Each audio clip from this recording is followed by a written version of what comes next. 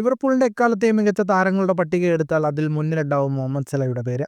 ആൻഫീൽഡിൽ സലയുടെ അവസാന സീസണായിരിക്കും ഇതെന്ന വാർത്തകൾ ഫുട്ബോൾ ലോകത്ത് പരക്കുന്നുണ്ട്. പ്രായം 32 കഴിഞ്ഞ സലയ്ക്ക് ഇനി പ്രീമിയർ ലീഗിൽ കളിക്കാനാകുമോ എന്ന സംശയം ഉയർത്തുന്നവരും കുറവല്ല. എന്നാൽ മിന്നു ഫോമിൽ ഗോൾ വേട്ട തുടരുകയാണ് സല. ടോട്ടനത്തിനെതിരെ കഴിഞ്ഞ ദിവസം നടന്ന മത്സരത്തിൽ 2 ഗോളും 2 അസിസ്റ്റുമാണ് സല നേടിയത്.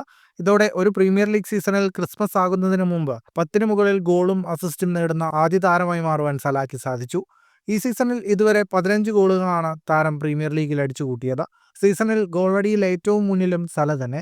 ഗോളുകളും അസിസ്റ്റുകളും 2 അക്കം കടന്നതിലൂടെ മറ്റൊരു റെക്കോർഡ് കൂടി സല സ്വന്തം പേരിലാക്കി. 6ാം തവണയാണ് സല പ്രീമിയർ ലീഗിൽ ഒരു സീസണിൽ 10 മുകളിൽ ഗോളും അസിസ്റ്റും സ്വന്തമാക്കുന്നത്.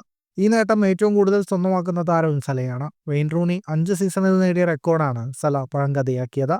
ഈ സമ്മറിലാണ് സലയുടെ കരാർ പൂർത്തിയാവുക. ലിവർപൂൾ കരാർ പുതുക്കുമോ എന്നാണ് എല്ലാവരും ഉറ്റുനോക്കുന്നത്.